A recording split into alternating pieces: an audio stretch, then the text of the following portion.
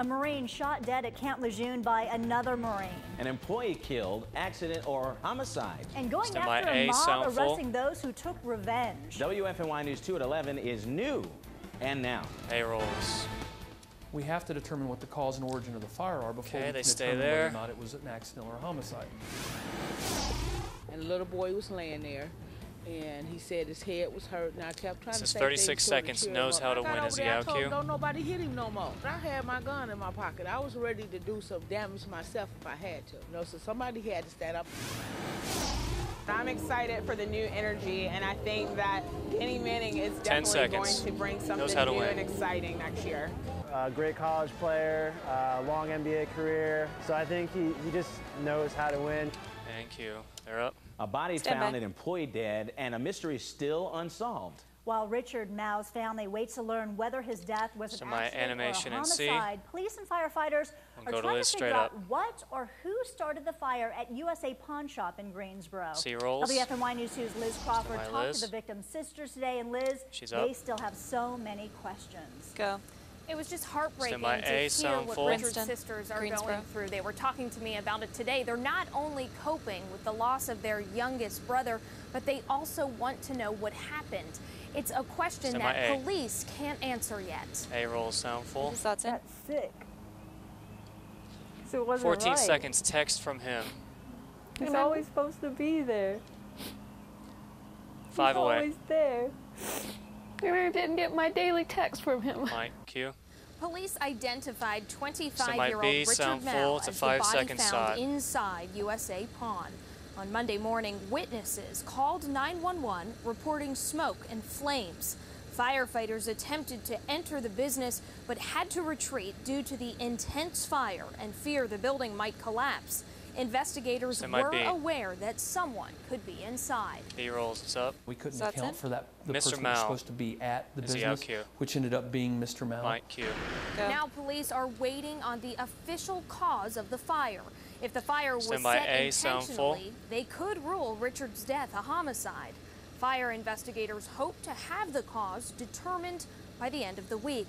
In the meantime, Richard's sisters are heartbroken. A-roll sound full. I was trying to be the good guy. 13 seconds to the shop is the out cue. And putting out the fire and not realizing how dangerous it was. USA Pawn is on fire, and I'm like, what? And I just went straight to the shop. That's it. Q. Go. Now again, investigators don't know yet the cause of the fire. Greensboro police have no reason to believe that anything suspicious went on. Richard died from exposure to the fire.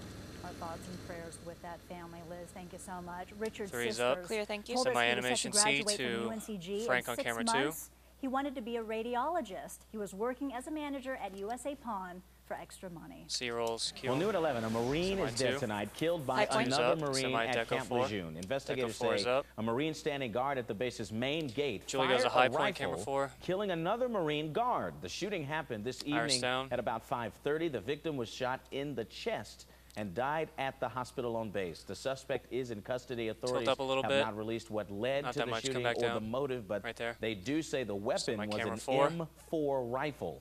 Investigators say this case is not an act of terrorism. They believe it was an isolated incident. Julie, Q. North Carolina is cleaning up after at least 2 tornadoes touched down in the eastern part of our state yesterday. Take a look at this car. The EF2 tornado in Beaufort County picked up this car and dumped it 40 feet from the highway. Luckily, the driver and the passenger only got a few bruises from their ordeal. 5 people reported injuries from the tornado. There was a second EF1 tornado in Hyde County. She's up. North Carolina regulators and Duke Energy are on the same side today. They're appealing a judge's ruling that requires animation C to Frank on camera 3. Greensboro's next. Leaking from Duke Energy's coal ash dumps. A spill at one of those coal ash ponds covered 70 miles of the Dan River in toxic sludge. The Environmental Management Commission and Duke Energy say North Carolina law does not give the state authority to order a cleanup. Mike Frank, C-rolls. Well, the new executive director at the Civil Rights Center Museum in Greensboro is already on the job. Lacey Ward Jr. went to today's City of Greensboro Council meeting to talk about the second half of the loan for the museum. A-roll sound full. My job is going to be able to communicate to people what their investment means. Julie goes to A-Tech camera 4. and what that return on investment is and what impact they're making. 10 seconds and I would from encourage day one. anyone who has an Have opinion Julie about swipe her how hair to away improve from her the mic, museum, Taylor. to leave a message Swipe with your the hair museum, away to from your reach out mic. to me Here it personally. comes. I'm going to listen from day one. Mike Q. The council voted last year to give the museum a $1.5 million loan. The museum already has half of that money, but after missed deadlines and other auditing problems, the city is considering holding on to the second half of that money. They will continue to discuss the loan and its future at the council meeting next Tuesday. Thank you. She's up. 2 Wants to Know is here to help you, and we're holding DSS accountable on my their animation food stamp C, promise. package Our investigative reporter Ben Briscoe manned our phone bank today for anyone who is still waiting for help and has not gotten that promise call back. Semi-B and B rolls. It's up. Lachelle Yates and I have been manning the phones all afternoon, taking calls from people who've been without food stamps for over 30 days. Between the two of us, this is 56 seconds. 40 Call you back is the just this afternoon alone. We're compiling all that information and sending it over to DSS to be processed. We'll come out to camera 3, this morning, Frank. I made a list of the 13 callers we've already had since Friday. All of these people said they were without food stamps. Many had been hungry for months. They'd already been calling DSS on their own, but still no food stamps. So I took the list to County Commissioner Ray Trapp. He's on the DSS board, and he said he'd try to help. We'll get on it, and those people should have their benefits within the next 24 to 48 hours. Iris done a touch on 3 and Penn left. If you weren't able to call in to us earlier today, we want to give you the 2 Wants to Know line. You'll be able to call and leave a voicemail there. That number is 379-5605. Leave us your name, address, phone number, how long you've been without food stamps, and we'll give you a call back. Thank you. He's up. Too much space, not enough Girl Scouts. Girl Scouts Carolina's Peaks to Piedmont is auctioning off one of its camps next month because there simply aren't enough girls in the program to use it. Camp Douglas Long is 10 minutes south of Greensboro. B-roll sound full. Girl Scouts is strong in our 40 county region. 13 seconds, so Girl Scouts is the things that we're doing to right-size our organization is going to help us to put more money into the camps and programs that we do have so that girls can have the best experience they can have with Girl Scouts. Mike Q. Well, the camp originally belonged to the Boy Scouts, C to camera 2, Girl Scouts Julie. acquired it in 1949, used that 112-acre property as a troop camp and day camp. C-rolls. At the Capitol today, President Obama is pushing to cut the gap between men and women's pay. And A-rolls sound full. This is not just an issue of fairness, it's also a family issue and an economic issue. Of our workforce. Because women make up about half of our workforce. Mike Q. He said census numbers show women on average make about 77 cents for every dollar a man makes. But some say part of that is a woman's decision. B-rolls, it's up. Many women seek jobs that provide more flexibility for their families over more money, which is the choice that I made as a young working mom.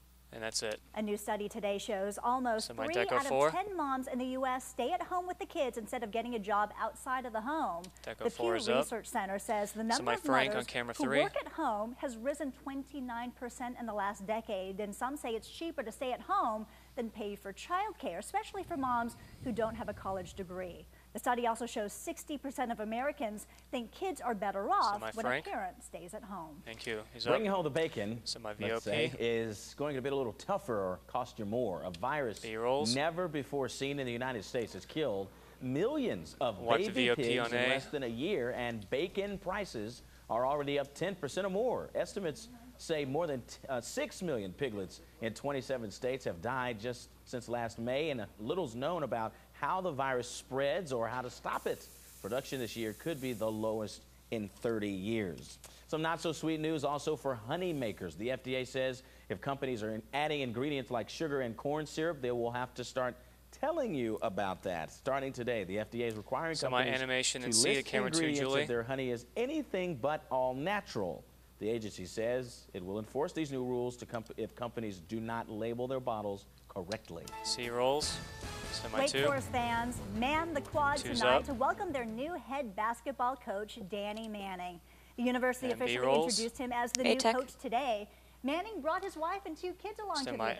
Fans are hoping his success as a player in college and the NBA will help the team. A-rolls, it's up. He's definitely a winner. 13 seconds, good pedigree. Great college player, long NBA career. 5 away. So I think he just knows how to win. He's worked with winners, so good pedigree. Mike Q. And he's home. Manning went to high school in Greensboro and helped lead the Page Pirates to an undefeated season. He went on to Kansas, where he led the Jayhawks to a national championship as a player. B-roll Forget that, but I'm excited for the new energy, next year. And I think that Kenny Manning is definitely going to bring something new and exciting next year. Light cue. They're happy Get that over light there. cue for Manning me, Paul. replaces Jeff Buzdelic, who my resigned camera on 4. March 20th. Last year, the Demon Deacons were 13 Don't pitch right and to 18 break, or there's something overall after and you. 6 and 12 in the ACC. Coming up in sports, we'll hear from What's up, Manning, man? and Brian Formica will tell us why the team picked him to lead the Deeks. And they're up. Well, think about it. A school evacuated, students sprayed down by hazmat crews. A-rolls. What investigators found in the playground that sent kids to the hospital. B-rolls. Those who went for revenge. The people arrested for beating a driver who hit a kid. He's up. And we've got stray showers back in the forecast for tomorrow. After that, we're back into the 70s for a while. In fact, your entire 7-day forecast. However, we've also got thunderstorms back in the forecast. We'll have the details coming up. And C-rolls. Hey, we're making it pretty special. The 70th anniversary of D-Day for all the World War II veterans in our area. And this time is running out for anyone interested in participating. We're sending World War II veterans to the National D-Day Memorial in Bedford, Virginia for an all-expenses-paid one-day trip on June 6th. And veterans can apply for this honor trip until April 15th, which is next week. You can find where to apply on WFMYnews2.com. In 3, 2, 1, and fade.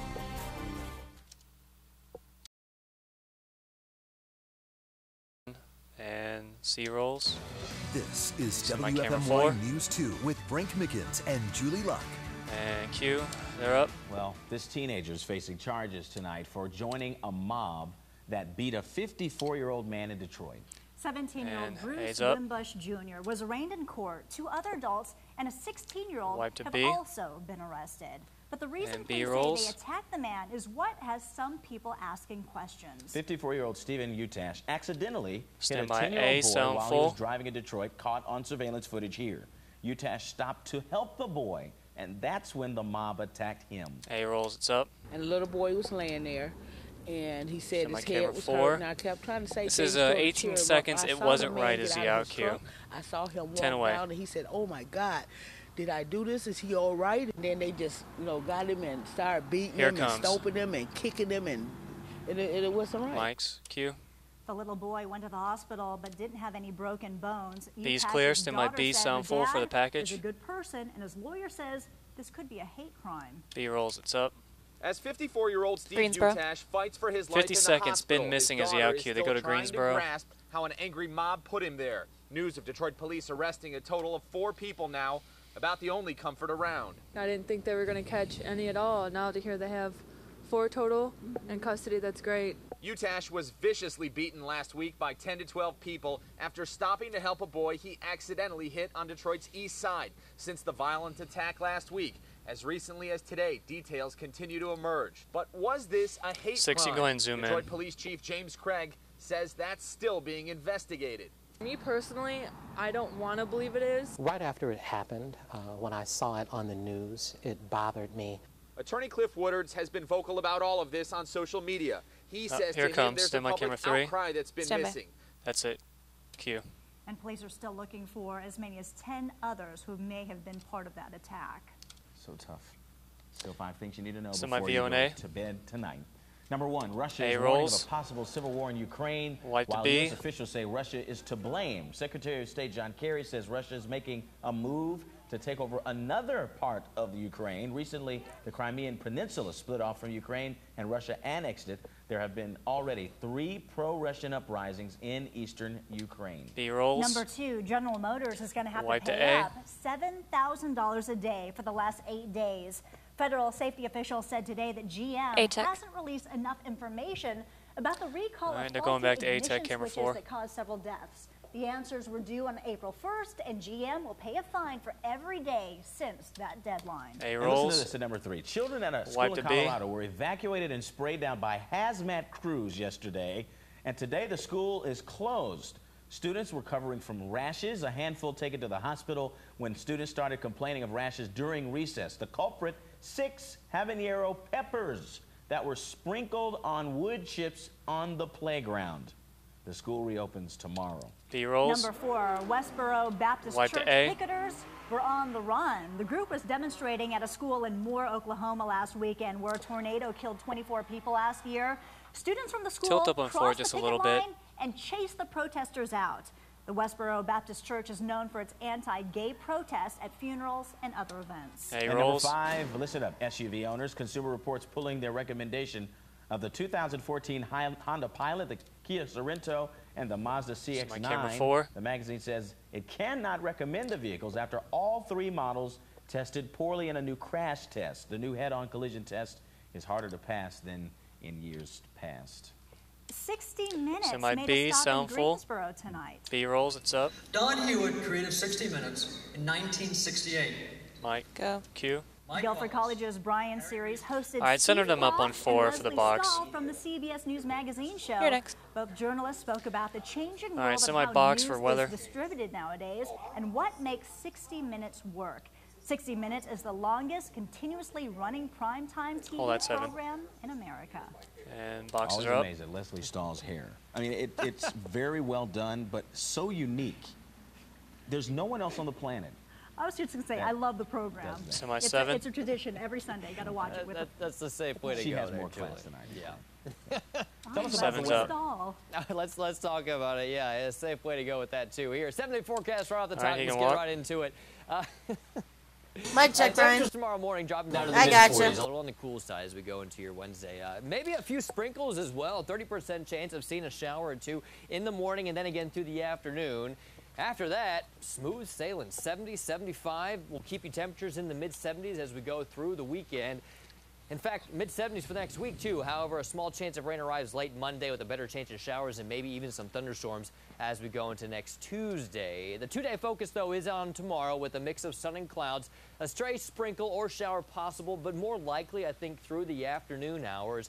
Then ahead, we jump into Tuesday, where we'll see widespread showers expected. A few strong storms possible. Just still a long way out, but certainly something that we're keeping an eye on as we head through the next 7 days. In the meantime, mostly cloudy to scattered cloud cover across the area this evening. More cloud cover up to the north and west into the foothills. We are waiting on this upper-level low-pressure system, which did produce widespread showers through the Tennessee Valley into the deep south earlier on today. This will all begin to pivot its way through the deep south, eventually back up into the Midwestern state or mid-Atlantic states, and that's when we will see that chance of a few stray showers as we progress through tomorrow afternoon. High-resolution futurecast shows the cloud cover that hangs around as we go through the overnight, probably even some clearing as we go through the middle of the day tomorrow. But once we get into the heat of the day, that upper-level low-pressure system mixed with that surface heating will give way to that chance of scattered showers developing through the afternoon, but more of a mix of sun and clouds, where you have the clouds, probably some showers.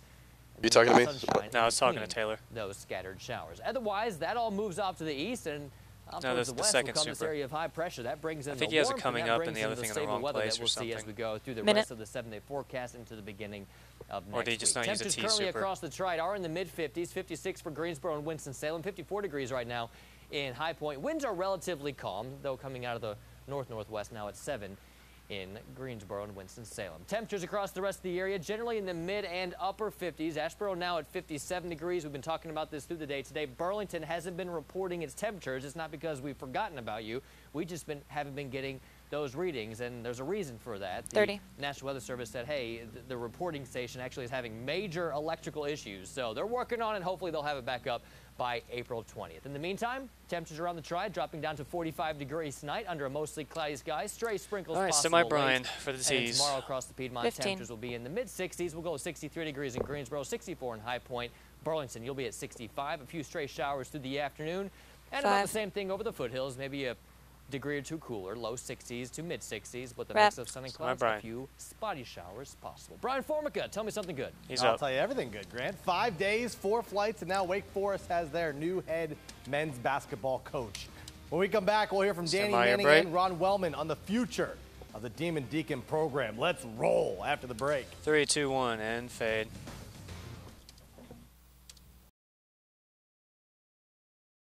Mike, and he's up. Man, if there's one thing we love about the ACC, it's the history. Every generation has their own chapter to remember and pass down. From the Dean Smiths to the Bobby Hurleys to the Julius Hodges, Chris Pauls, Danny Manning grew up in the heyday of the conference, and now he's prepared to make his own mark. A rolls. 6'10" national champion player, the NBA All-Star, So might be some full. Year, whatever you want to call him, he was introduced as Wake Forest's new head basketball coach. Manning goes from the mid-majors. Hey, when we get into the side, move to the other side, Paul. I don't want to see the kitchen for this. He has a class of 7 juniors just wait till after he's done. He plans to so it might be. From the ground up. B-rolls sound full. All right, you can go. I'm excited. It's been a long time coming in terms of. This is 46 seconds. Makes it fun. 5 days. It seemed like a couple weeks, just in terms of the different things I needed to do to close up my loose ends back in Tulsa. But I'm excited to be here and I'm ready to get to work. Once I had the opportunity to meet him, I knew that he was the right person for our job. He has the right pedigree. He's had the right success at Tulsa.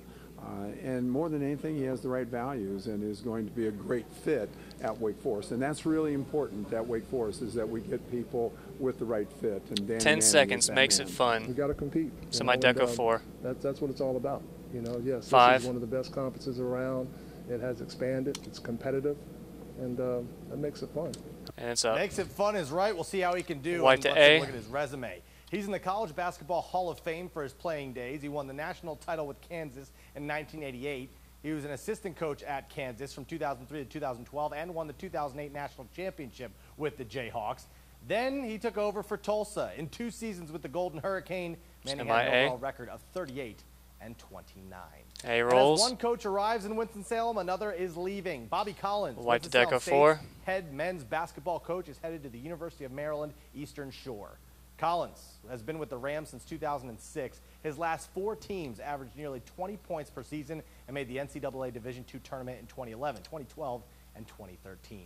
And Deco 4 is up. also announced their new head Wipe coach to B. today. Jim Fox, the former assistant under All right, Bob 8 standby. Davidson, will take the reins for the Mountaineers. Now, you got Fox one more story, and then you're Davidson coming up. For the last 13 seasons.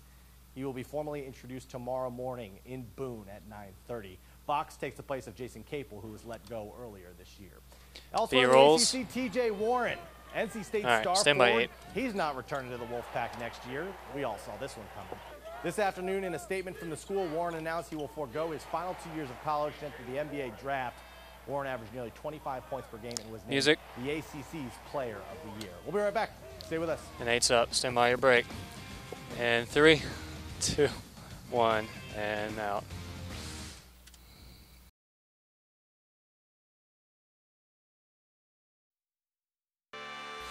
Here are tonight's winning Mega Millions lottery numbers. Stand by camera 3, 4, 3, 2, 1, mics, and cue.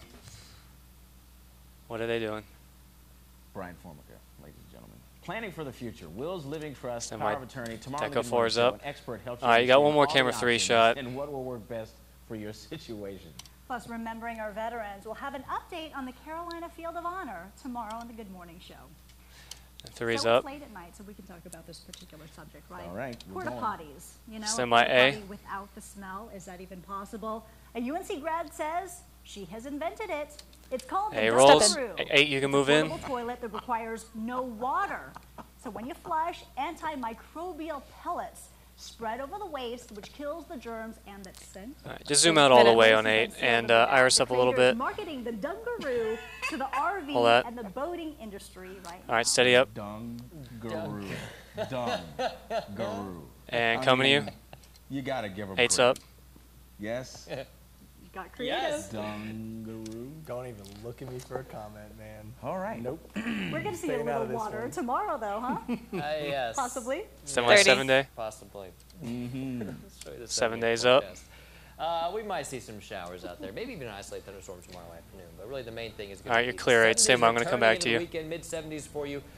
Friday, Saturday, and Sunday before we see that chance of rain. 15. All right, steady up 8 coming to you. I love how you always look at me for and the one comment. 8's up. I'm not going to give it You've to you learned today. it's better to say nothing at all. Exactly. Yes, it is. How did I get 5. to read that? Stand by C. Frank didn't get that. I've got ideas. I could come up with Rap. some great inventions. And C rolls. Dungaroo tomorrow. Thanks, guys.